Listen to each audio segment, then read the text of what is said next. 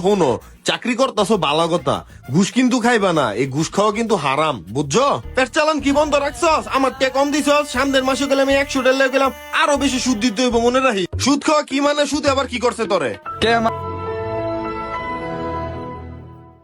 আসসালামু আলাইকুম মাজন সাহেব। ওয়ালাইকুম সালাম। আরে সুজন, কি খবর?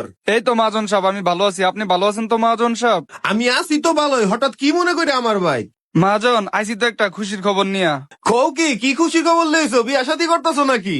আরে মাজন সাহেব, এটা তো বিয়ার খবর না। বিয়ার খবর হইলে তো আমার আব্বা মাই আইতো, এটা অন্য খবর, এই কারণে আমি আইছি। কও কি? তাইলে আবার কি খুশির খবর? বইয়া কথা কও।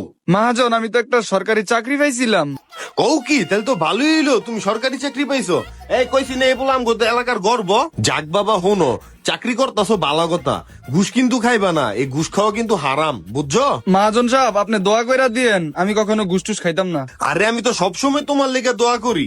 যাক, খালি মাথার মধ্যে দূর রাখবা যে কোনো সময় ঘুষ খাইবা না, কারণ ঘুষ খাওয়া হারাম। ইসলামে আছে যে ঘুষ খাইবা জাহান্নামে দেবো। খালি এতটুকু কথা মাথায় রাখবা।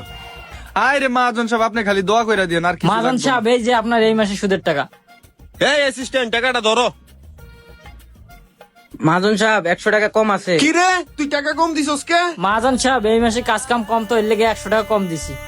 কাম কাজ কম মানে? পেট চালান কি বন্ধ রাখছস? আমার কে কম দিছস? সামনের মাসে গেলে আমি 100 টাকা গেলাম, আরো বেশি সুদ দিতে হইব, মনে রাখিস। সমস্যা নাই মাজন, সামনের মাসে সব পুরাই দেবনি। এই শুন, সামনের মাসে যদি তুই টাকা না দেস, তোর উত্তর পাড়ার জমি কিন্তু দখলে নিয়ে যামুগা। মাজন সাহেব, জমি দখল দিন না, সামনের মাসে একদম ক্লিয়ার করে দেবনি। হ্যাঁ ঠিক আছে, যা যা। সামনের মাসে যদি ক্লিয়ার না হয়, সত্যি তোর জমিতে হলে যামুগা, যা। মাজন, এটা কি করলেন আপনি? আপনি না আমারে কইলেন ঘুষ খাওয়া হারাম? ও, ঘুষ খাওয়া তো হারাম হই, কে কি হইছে? তাইলে সুদ খাওয়া কি? সুদ খাওয়া কি মানে? সুদ আবার কি করছে তোরে? কে মাজন, আপনি জানেন না সুদ খাওয়া হারাম? হইছে পাকনা কথা কম ক। 2 দিনের পরে কি ভাতের কয় অন্য একার? হ্যাঁ, আমারে হারাম হালাল হিগাইতে আইছে।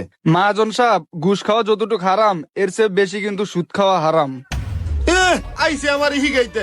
তোর বাবা তো আমার তো সুদের উপরে টাইনিয়া তোর লেপরা হিগাইছে, হেইটার উপরে তো তুই আজকে সরকারি চাকরি পাইছস। তুই আমার হিগাস কোনটা হারাম আর কোনটা হালাল?